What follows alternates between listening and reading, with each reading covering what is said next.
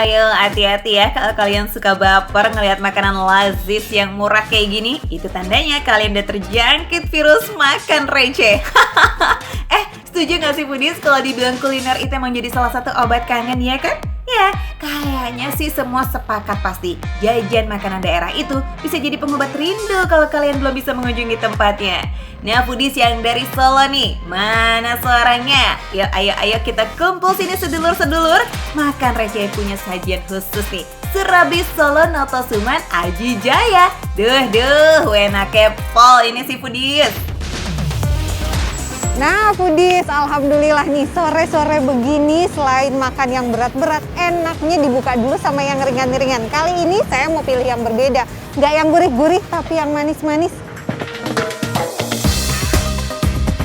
Lokasinya strategis banget, nggak perlu jauh-jauh ke Solo. Cus, Foodies nggak bakal kesulitan juga buat nemuinnya. Pas banget nih di perempatan lampu merah Jalan Tebet Barat 1 di kawasan Tebet, Jakarta Selatan. Deket kan? Masih di Jakarta aja kok. Sejak jam 9 pagi sampai jam 8 malam, kedai mungil ini menawarkan panganan khas Solo, Surabi Noto Suman dengan macam-macam rasa.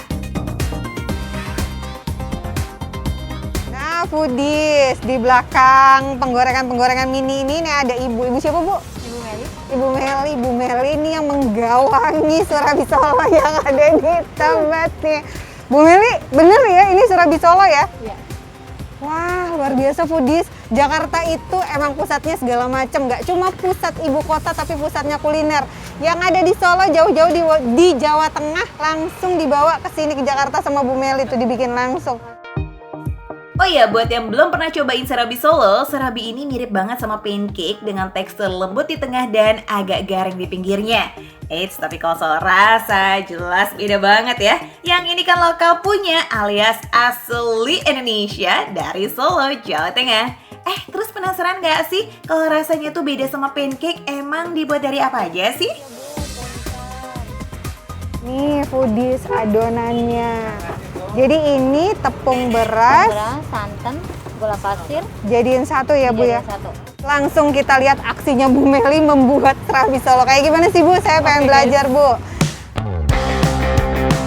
Nah, udah ketahuan kan bedanya? Tepung beras dan juga santan dicampur hingga menjadi adonan encer. Santan jadi tambahan wajib nih buat beberapa kue khas Indonesia di berbagai daerah.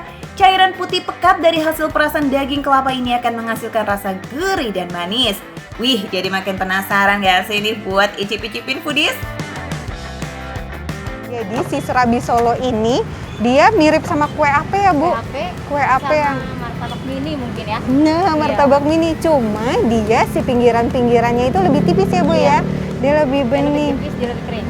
Dia lebih kering. Tengahnya dia nggak bisa kering. Oh, Tengahnya gitu. basah karena santan. Oh, jadi tadi bagian sedikit yang Ibu tambahin itu santan. Biar apa Bu? Biar manis gurih. Manis Jadi gurih kayak Bu rasanya lebih Meli ya. Rasanya lebih ajib, luar biasa deh yang. Betul tuh, rasanya emang jadi makin ajib kalau jadi gurihnya semakin pol. Kita cek yuk cara masaknya Foodies. Pertama, dioleskan campuran minyak dan kuning telur supaya adonannya tidak lengket di wajan. Lanjut, tuangkan adonan di atas wajan-wajan mungil yang sudah panas. Kemudian lebarkan sedikit ke bagian samping ya. Nah, selanjutnya tambahkan santan kental di bagian tengahnya. Sip, kalau udah matang nih Foodies, tinggal angkat dan gulung kayak gini. Di suhu ruangan surabi ini tahan selama 12 jam. Kalau di dalam kulkas, bisa tahan sampai 2 hari. Asik ya Foodies, suasana Ju tuh emang suasana receh banget. Bener-bener ada di perempatan, di pinggir jalan. Tapi bisa live show, ngeliat langsung gimana caranya si surabi itu dibuat. Terus sensasi berdiri di sini nih buat saya ada sedikit aroma-aroma. Nih, maaf ya saya buka. Gurih tuh, angus-angus gitu. Enak banget dibikin ngiler. Yes, menyaksikan proses pembuatan makanan emang selalu bikin nafsu ya Foodies buat langsung makan jadi semakin kuat. Soal ini indera penglihatan dan penciuman kita kan sudah disajikan pemandangan yang menggiurkan. Nah, selain rasa original nih, seiring permintaan pembeli, serabi Solo ini sekarang juga dimodifikasi dengan beragam rasa tambahan. Coklat, keju, pandan, pisang, nangka, ataupun durian. Aduh, semuanya bikin mupeng ya Foodies. Yaudah kita coba ikutan bikin yuk. Kayaknya sih gampang nih. Emang biasa. Emang biasanya foodies kalau kayak gini itu butuh jam terbang ya. Jadi karena Bu Meli udah pakai feeling, udah nggak pakai takaran lagi. Harus sabar. Oh, Itu kesabaran yang ekstra. luar biasa. Kelihatannya memang mudah. Iya bener, Makanya itu susah. betul Bu. Nah, tuh kita lihat nih. Ini hasil bikinan saya yang baris ini. Hasil bikinannya Bu Meli yang baris ini, nanti kita bandingkan ya hasilnya kayak gimana. Kalau semua wajannya sudah terisi adonan, taruh tutup wajan di atasnya ya yang terbuat dari tanah liat. Eits, tapi hati-hati, ini awas ya foodies, panas loh. Dia panas. Duh. Seriusan panas ini foodies. Aduh. Ibu nggak pakai pegangan, Bu? Harus belajar. Hidup di Jakarta itu keras. Tapi keren Bu Meli. Kelihatannya simple, penggorengannya mini, adonannya mini. Tapi ini semua berdiri di sini nih, panas loh. Ternyata surabi Solo itu beda dengan surabi Bandung. Surabi Bandung dibuat dari tepung terigu, telur, air kelapa atau santan, serta ada kuah gulanya. Sementara nih, kalau surabi Solo mengandalkan tepung beras dan santan kelapa. Oke, kita balik lagi foodies. Kayaknya serabinya udah mateng tuh. Aduh, wanginya ampun. Ini asli kayaknya lazis foodies. Surabi Solo ini udah siap diangkat, ditandai dengan adonan serabi yang sudah setengah matang ya. Empuk di bagian tengah dan agak hangus di pinggirnya. Ya udah, kita langsung angkat aja. Cus! Ini beneran gak mudah loh, kelihatannya simple foodies. Tuh kan tuh Ibu masih begini, Bu. Kalau itu udah matang. Oh, udah matang. Nanti dia kering dengan sendirinya. Iya. Gini. Robek foodies. Mohon maaf. Yang bagian amatir sebelah sini. Lah dia nempel, Bu. Gimana sih? Lah jadinya kayak gitu. Oke, bismillahirrahmanirrahim. Yang ini berhasil.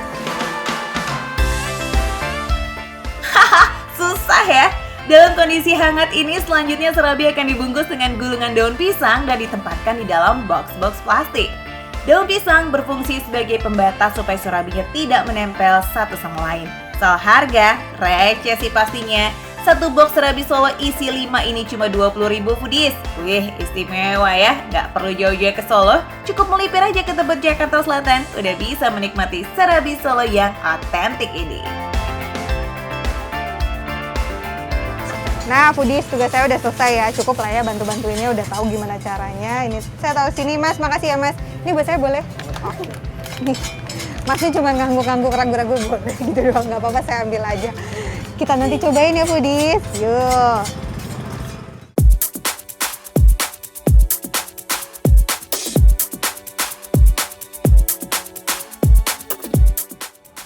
Nah, foodies, ini rasa surabinya itu memang benar tadi kata Bu Meli, gurih, manis. Jadi si adonan tepung berasnya itu yang dicampur juga dengan santan dan juga gula itu memberikan rasa manis. Nah, tambahan santan yang tadi disiramkan ke bagian tengah setelah masuk ke dalam wajan itu memberikan rasa gurih di bagian tengah. Terus kalau di luarnya itu matang, di bagian tengahnya itu dia jadi kayak teksturnya creamy gitu. Nah, karena tadi saya makan yang keju variannya itu jadi rasanya ada asin-asinnya. Ini overall enak banget, rekomen banget. Segini sih cukup banget buat satu orang karena ini light banget, ringkes. Hap, satu mulut langsung habis. Makanannya receh, harganya juga receh, tapi rasa nggak recehan, lazis. Tuh jaminannya foodies, rasanya tuh emang sama persis dengan yang ada di Solo. Sementara belum bisa ke Solo, ya udah mampir aja ke Tebet ya buat ngobatin kangennya. Biar makanan dan tempatnya receh, tapi dijamin rasanya gak recehan.